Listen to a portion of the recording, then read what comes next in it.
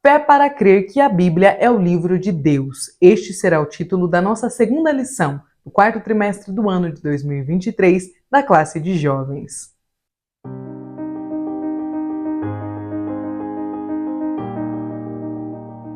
A paz do Senhor, querido aluno e professor da Escola Bíblica Dominical. Eu sou a irmã Damaris, sou professora da IBD, na congregação em que sirvo ao Senhor aqui na Assembleia de Deus em Curitiba. Eu já estou aqui para que nós possamos dar continuidade ao nosso estudo, na nossa nova revista, que nós iniciamos na aula passada, que vai nos falar a respeito da prova da vossa fé, vencendo a incredulidade para uma vida bem-sucedida. Nós estamos trabalhando sobre apologética cristã neste trimestre. E hoje, na aula de hoje, nós iremos falar a respeito de fé para crer que a Bíblia é o livro de Deus.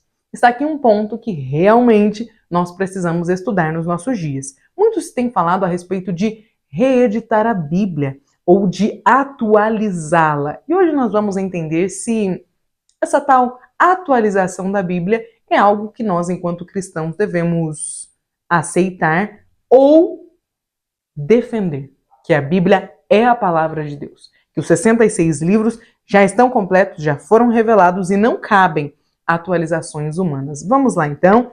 Nossa lição está programada para o próximo domingo, dia 8 de outubro. Nós teremos como texto principal Romanos capítulo 15, versículo 4, que nos diz assim: porque tudo o que dantes foi escrito para nosso ensino foi escrito para que, pela paciência e consolação das Escrituras, tenhamos esperança. No resumo da lição, nos diz assim: na Bíblia, nós encontramos a revelação de Deus para toda a humanidade e a salvação em Cristo Jesus. Temos aqui a leitura semanal, muito importante que os nossos jovens a façam, para que no domingo eles saibam a respeito do que nós estamos falando e tenham um pouquinho mais de entendimento a respeito do assunto tratado.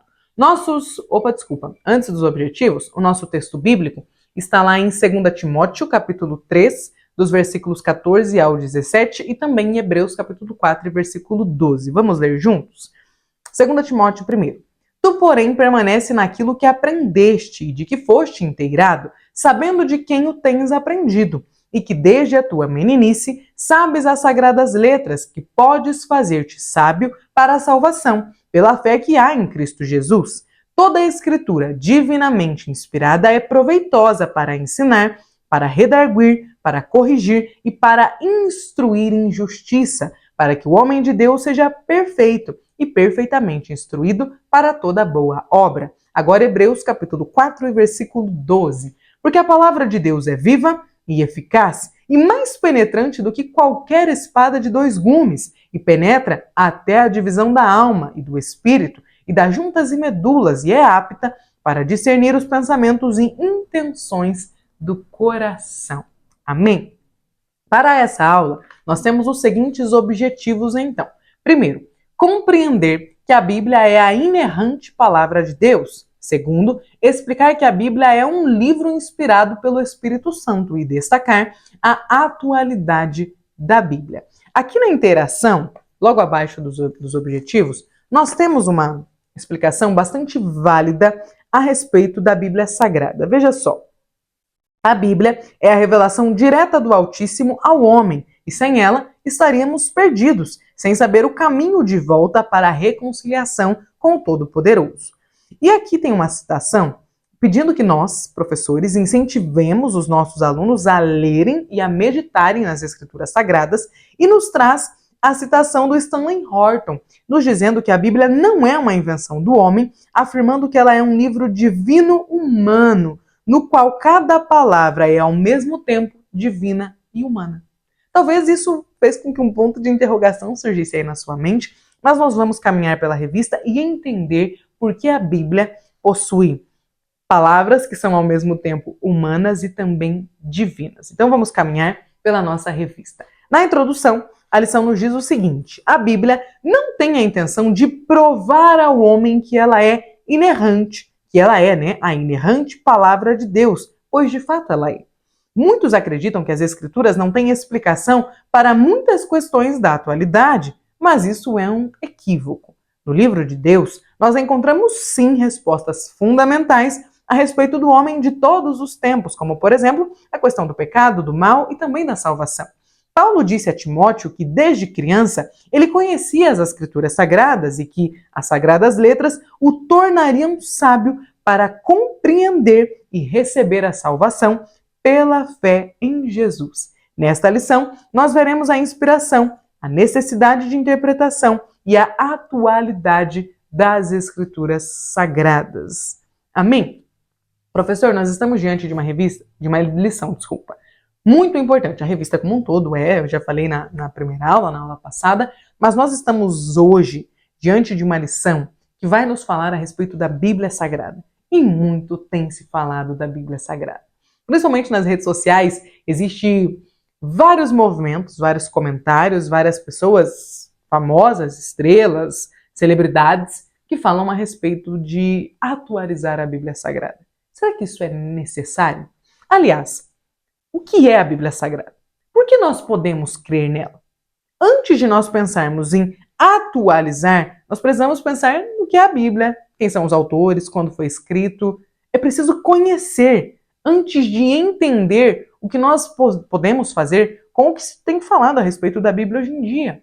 Muitos de nós cristãos somos irresponsáveis para com a revelação de Deus para conosco e não dedicamos tempo à palavra. E por não dedicarmos tempo a ela, acabamos fazendo algumas confusões quanto ao que a Bíblia está nos dizendo e quanto à tal da necessidade da atualização da Bíblia Sagrada. Então vamos nessa aula começar aqui o primeiro tópico, compreendendo a inerrante palavra de Deus. Primeiro subtópico, a sua autoria. A Bíblia não chegou até nós por meio de um e-mail ou de uma mensagem nas redes sociais. Também não caiu do céu e nem foi encontrada pronta em algum lugar místico ou secreto. Os autores bíblicos, inspirados pelo Espírito Santo, revelam a sua origem, porque a profecia nunca foi produzida por vontade de homem algum, mas os homens santos de Deus falaram inspirados pelo Espírito Santo. Quem está nos dizendo este texto que eu acabei de ler é o apóstolo Pedro, em sua segunda carta, no capítulo 1 e versículo 21. Ele está nos dizendo que foram homens que escreveram, mas que estes homens foram inspirados pelo Espírito Santo. Logo, o que escreveram é a palavra de Deus. O Senhor usou aproximadamente 40 autores de lugares diferentes, com formações diversas, que por vários séculos, aproximadamente 1.600 anos, produziram os textos sagrados. Então nós temos aqui um resumo a respeito da autoria da Bíblia. Ela é a palavra de Deus, porque foi o Espírito Santo quem inspirou homens de diversos momentos, de diversas épocas, que grande parte deles nem se conheceram, para falar a respeito do que o Senhor desejava que o restante, da humanidade, que as pessoas que viessem depois, conhecessem essa palavra. Porque Moisés escreve o Pentateuco para uma geração que vai vir depois, para que chegue até nós, igreja. Pedro escreve essa carta para ser divulgada nas regiões da igreja para a qual ele estava ministrando, mas essa carta também chegará a nós. Então perceba que era necessário que estes textos fossem inspirados pelo Espírito Santo, porque essas palavras não seriam úteis apenas para as pessoas daqueles dias, mas essa palavra atravessaria os séculos e chegaria até as igrejas que seriam formadas nos confins da terra. Nós fazemos parte do evangelho que alcançou os confins da terra, nós do Brasil. E não só o evangelho nos alcançou, como as palavras que um dia o Senhor inspirou Moisés a escrever, as palavras que um dia o Senhor inspirou muito provavelmente Samuel a escrever, as palavras que um dia o Senhor inspirou Davi a escrever, chegaram até nós. Então veja como existe um cuidado de Deus para que estas palavras fossem de fato inspiradas por Ele, de tal forma que aquilo que serviu para exortar e para edificar a igreja primitiva também serve hoje para exortar e edificar a igreja pós-moderna. Olha só como um homem qualquer não poderia ter escrito um texto que foi suficiente para fazer com que pessoas do primeiro século se convertessem e fossem transformadas, mas que continua sendo suficiente para fazer pessoas do século XXI também serem transformadas. Vamos agora para o nosso segundo subtópico, sua estrutura. A Bíblia é uma coleção de 66 livros. Alguns textos têm mais de 3.000 anos. Os escritos mais recentes têm aproximadamente 1930 anos. A Bíblia foi escrita em 3 línguas diferentes. O Antigo Testamento em hebraico, somente partes pequenas foram escritas em aramaico, partes que estão nos livros de Esdras, Jeremias e Daniel. O Novo Testamento foi escrito todo em grego. Mas a Bíblia é tão divina que nós encontramos nela uma unidade. Um livro completa o outro. A temática principal é a redenção oferecida ao pecador mediante Jesus Cristo. A Bíblia é o livro mais vendido e mais divulgado no mundo e já foi traduzida para mais de 366 línguas. Olha só como nós não estamos diante de qualquer livro. Nós não estamos diante de qualquer palavra ou diante de quaisquer escritos. Nós estamos diante de escritos que, de fato, foram inspirados pelo Senhor para que pudessem chegar até os nossos dias. Terceiro subtópico, a sua mensagem. Nós encontramos nas Escrituras vários temas, entretanto, podemos afirmar que a mensagem central é a história da salvação. A narrativa da salvação é vista tanto no Antigo quanto no Novo Testamento. É importante ressaltar que a missiva da salvação tem 3 elementos comuns: Jesus, aquele que traz a salvação, o meio de salvação e os herdeiros da salvação. Tanto no Antigo Testamento quanto no Novo, nós encontramos a história do conserto de Deus com o homem pecador. Aqui está um ponto muito importante para o momento em que nós vamos ler a Bíblia, que é entender que toda a Bíblia aponta para Jesus Cristo. Nós, às vezes, achamos que os homens que a Bíblia nos mostra, e as mulheres também, os personagens bíblicos, foram pessoas muito importantes e muito melhores do que nós. Só que nós precisamos entender que todos eles pecaram, erraram. A Bíblia não esconde o erro e o pecado de nenhum deles. A Bíblia nos conta que Abraão, o pai da fé, titubeava, duvidava de que a promessa de que ele seria pai de uma grande nação de fato aconteceria. A Bíblia nos mostra Abraão mentindo, a Bíblia nos mostra Davi, o homem segundo o coração de Deus, cometendo vários pecados. A Bíblia não esconde os pecados deles, porque a Bíblia não deseja transformar nenhum deles em heróis. O herói da Bíblia Sagrada é Jesus, que nos é apresentado, a necessidade dele nos é apresentada desde a fundação do mundo.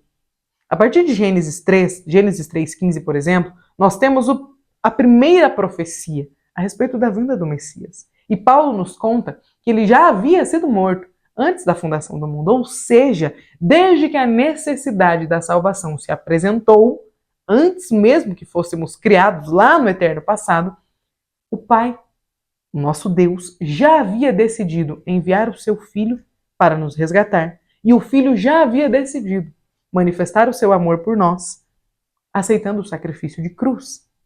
Então, toda a Bíblia Sagrada aponta para Jesus.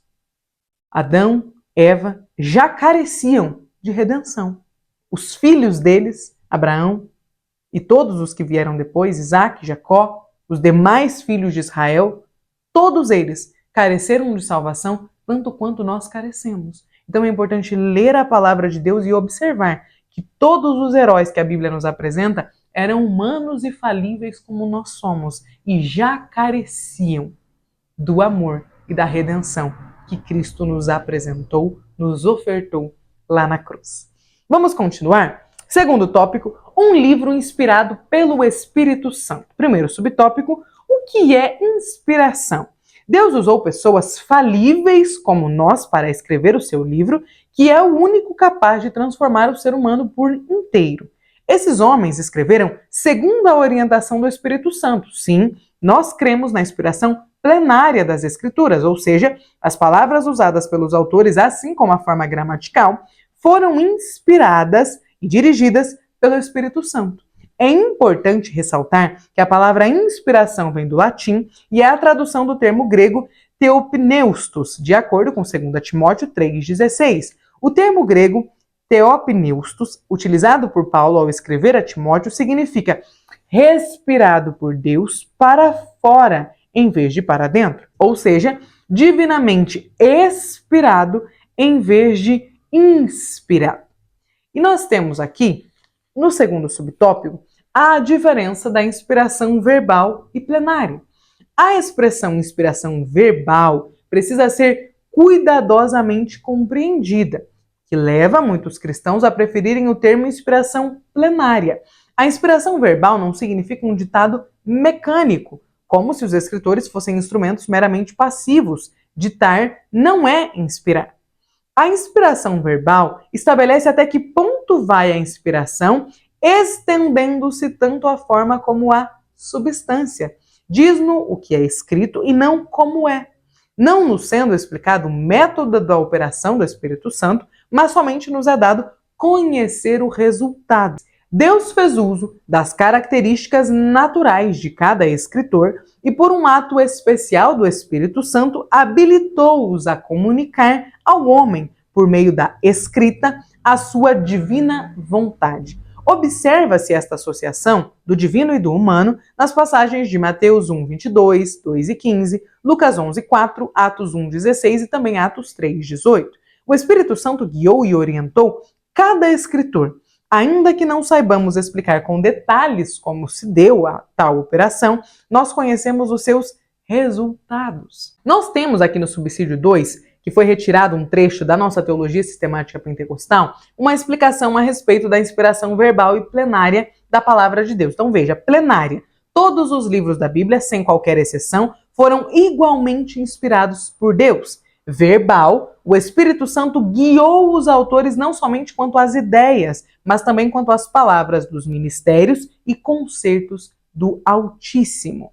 A inspiração plenária e verbal, todavia, não eliminou a participação dos autores humanos na produção da Bíblia. E nos dá uma explicação nos mostrando que, se no profeta Isaías, no escrito de Isaías, nós nos deparamos com um estilo sublime e clássico, em Amós nós encontramos uma prosa simples e humilde, como os campos palmilhados pelo mensageiro carpesiano. Portanto, há evidências que nos indicam ser a Bíblia a palavra de Deus.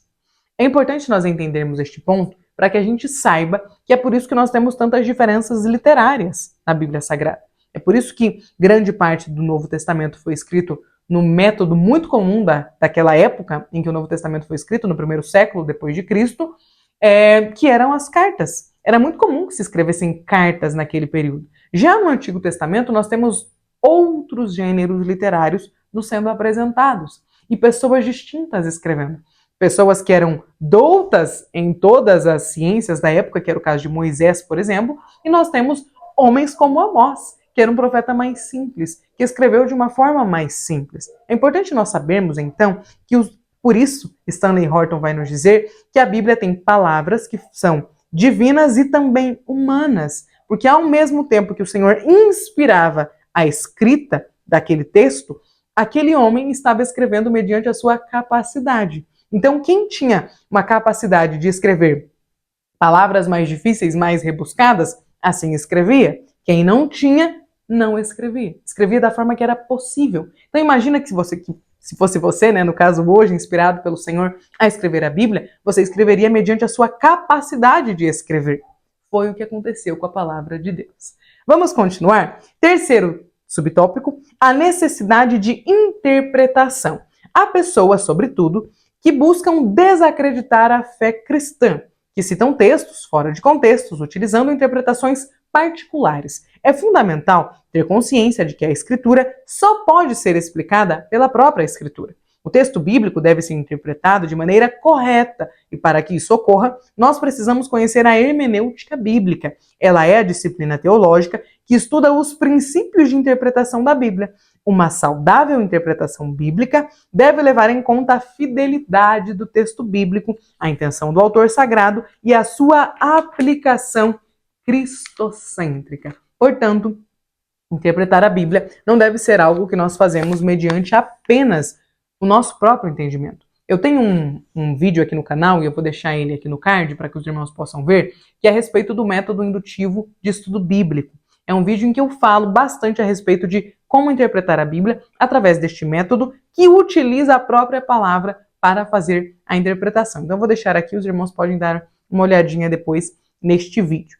Terceiro tópico, a atualidade da Bíblia. Primeiro subtópico, questões éticas e morais. Mesmo se tratando de um texto antiguíssimo, a Bíblia é atual e tem as respostas do que precisamos para muitas questões éticas e morais do nosso tempo, como, por exemplo, aborto, eutanásia e as questões de gênero. A questão que regularmente é apresentada por algumas pessoas em relação à atualização das Escrituras é o fato de que, segundo estes, querem atualizar a Bíblia, algumas doutrinas bíblicas não cabem mais nos nossos dias na vida do homem. Tal questão é uma das muitas falácias do inimigo. Para todo cristão, o texto bíblico é atemporal e os seus preceitos são para as pessoas de todas as culturas e de todas as raças. O que os escritores bíblicos ensinaram não era uma mera tradição cultural, mas foram palavras inspiradas por Deus. Nos nossos dias, muitos jovens, ao entrarem nas universidades, são tentados a desacreditar, a descartar os ensinos morais e éticos das Escrituras Sagradas, para que possam acreditar erroneamente que alguns textos não passam de superstições e crendices culturais. Então, para desacreditar a Bíblia, muitos são os professores universitários que têm dito aos nossos jovens que a Bíblia Sagrada, quando fala a respeito de moralidade e de ética, quando fala sobre como viver no mundo, sobre a prática do cristianismo, ela está falando a respeito de um povo específico. Está falando para os cristãos do primeiro século e não para os cristãos do século XXI.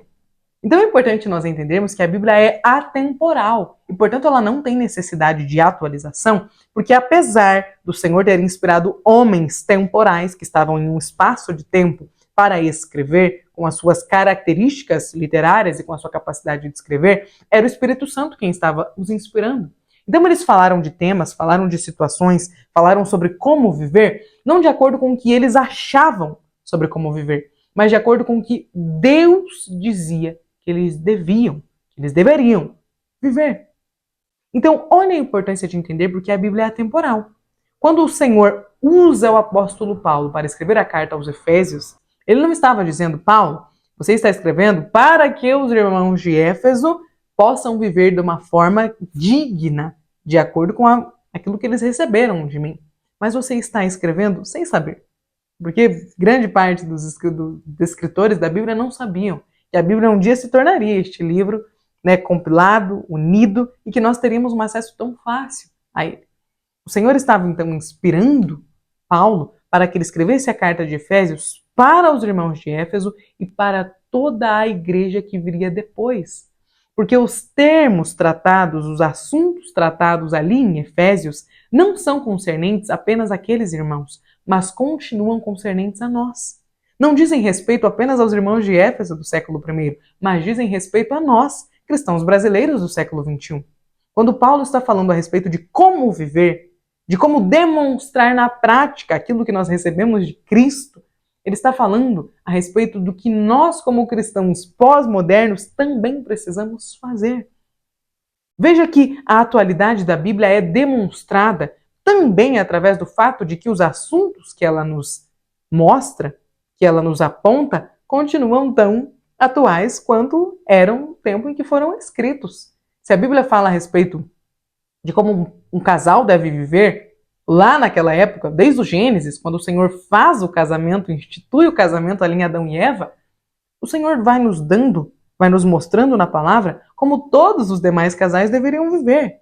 Porque quem fez o ser humano foi Deus. Quem inspirou a escrita da Bíblia Sagrada foi Deus. Portanto, nós estamos falando de termos, de assuntos, de estatutos, de mandamentos, de conselhos que são atemporais. Serviram para as igrejas primitivas e continuam servindo para as nossas igrejas pós-modernas. Amém? Você crê nisso? Deixa que o Senhor, deixa que o Espírito Santo convença os seus jovens. Ministre a aula de acordo com o que o Senhor deseja que seja ministrado. Com essa revista que está nos trazendo os textos bíblicos para nos mostrar que a Bíblia é atemporal. Mas não se preocupe quanto à incredulidade dos que talvez estejam te ouvindo. Professor, fale a palavra de Deus e deixe que o Espírito Santo convença aqueles que por acaso duvidarem do que você venha a dizer. Vamos continuar? Segundo subtópico, os vários materiais da Bíblia. Os autores bíblicos usaram diferentes tipos de materiais disponíveis no seu tempo para a escrita. A pedra, de acordo com o texto de Jó 19, 23 e 24, foi utilizada. Quem me dera agora que as minhas palavras se escrevessem. Quem me dera que se gravasse num livro e que com pena de ferro e chumbo para sempre fossem esculpidas na rocha. Os 10 mandamentos foram escritos em tábuas de pedra. Êxodo 32, 16. Conforme Isaías 38, foram escritas em tábua, um tijolo, em papiro e em pergaminhos. A Bíblia é atualíssima e os seus ensinos, quando são observados e praticados, nos preservam de inúmeras frustrações e muitos tropeços. É por isso que o salmista do Salmo, que escreveu, o Salmo 119, para mim, o salmista mais apaixonado, encantado pela Bíblia, pelo texto do Senhor, que no caso, que ele tinha apenas a lei, é o salmista do Salmo 119. Ele foi tomado por um amor tão profundo pela Bíblia Sagrada, pelo que ele tinha da Bíblia naquela época, que ele vai dizer, como eu amo a tua palavra.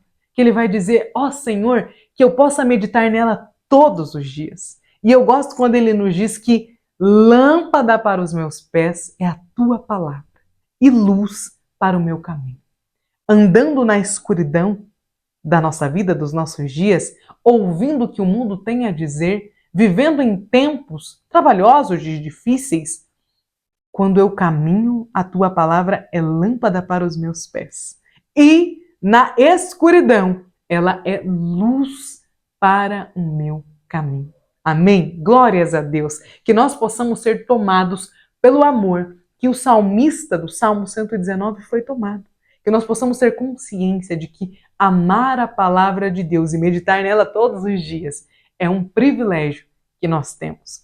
Este salmista nem conheceu os escritos do Novo Testamento, nem conheceu grande parte dos escritos, muito provavelmente, dos profetas, mas nós temos acesso à integralidade da Bíblia Sagrada, ou seja, nós podemos olhar de Gênesis a Apocalipse e encontrar o Senhor trabalhando, o plano da salvação sendo apresentado a nós. Que honra, que privilégio, que nós saibamos valorizar o privilégio de ter a Bíblia Sagrada em nossas mãos. Terceiro e último subtópico, o poder da palavra de Deus. A Bíblia se distingue de todos os demais livros, pois, segundo o profeta Jeremias, ela é semelhante ao fogo que purifica, bem como um martelo que despedaça a penha. Ela tem poder para penetrar e prescrutar o interior do ser humano, conforme nos fala Hebreus 4:12. Fogo e martelo são dois elementos que indicam que nada pode impedir o seu cumprimento. A palavra de Deus também é poderosa para destruir fortalezas espirituais que se levantam para que não venhamos a compreender as verdades divinas. Não podemos nos esquecer de que Jesus, quando tentado pelo diabo no deserto, derrotou o inimigo usando o poder da palavra. Jesus conhecia as Escrituras e, frente à tentação, não hesitou em fazer o uso correto dela. Amém? Glórias a Deus. A Bíblia é a palavra de Deus. Ela é poderosa para transformar o homem, a mulher, de todas as gerações. A Bíblia não é um texto escrito apenas para as pessoas de suas respectivas épocas. Não. Ela é um texto para nós. Ela é a palavra de Deus que vai guiar, que deve guiar a nossa forma de crer em Deus e a nossa forma de praticar o cristianismo. Eu gosto de dizer que na Bíblia nós encontramos respostas para saber quem nós somos, de onde viemos, o que devemos fazer enquanto estamos aqui e para onde iremos. A Bíblia nos apresenta respostas para todas as nossas principais dúvidas. Basta que nós tenhamos tempo com ela. Ler a Bíblia, meditar na palavra de Deus não deve ser na vida do cristão uma possibilidade. Não é, e se eu puder, se der tempo, se eu conseguir, não. Ler a Bíblia, meditar na palavra de Deus deve ser um imperativo na vida de todo cristão. Nós devemos conhecer a palavra de Deus, porque quando nós conhecemos a Bíblia, quando nós conhecemos o que os 66 livros têm a nos dizer e a nos oferecer, nós conhecemos automaticamente o Deus da Bíblia. E conhecer a Deus e torná-lo conhecido às demais nações, às pessoas que estão ao nosso redor, é o objetivo de sermos cristãos. Professor, aluno que chegou até aqui, Deus abençoe. Eu desejo que nessa aula o Espírito Santo possa te capacitar para que você possa apresentar o motivo pelo qual a Bíblia não precisa ser atualizada, pois ela é a palavra de Deus, que tanto serviu para os antigos povos e os povos mais primitivos do mundo, quando recebiam a palavra ainda de forma oral, como continua servindo para nós, nos nossos dias, nós cristãos pós-modernos. Amém? Deus abençoe e até a próxima aula.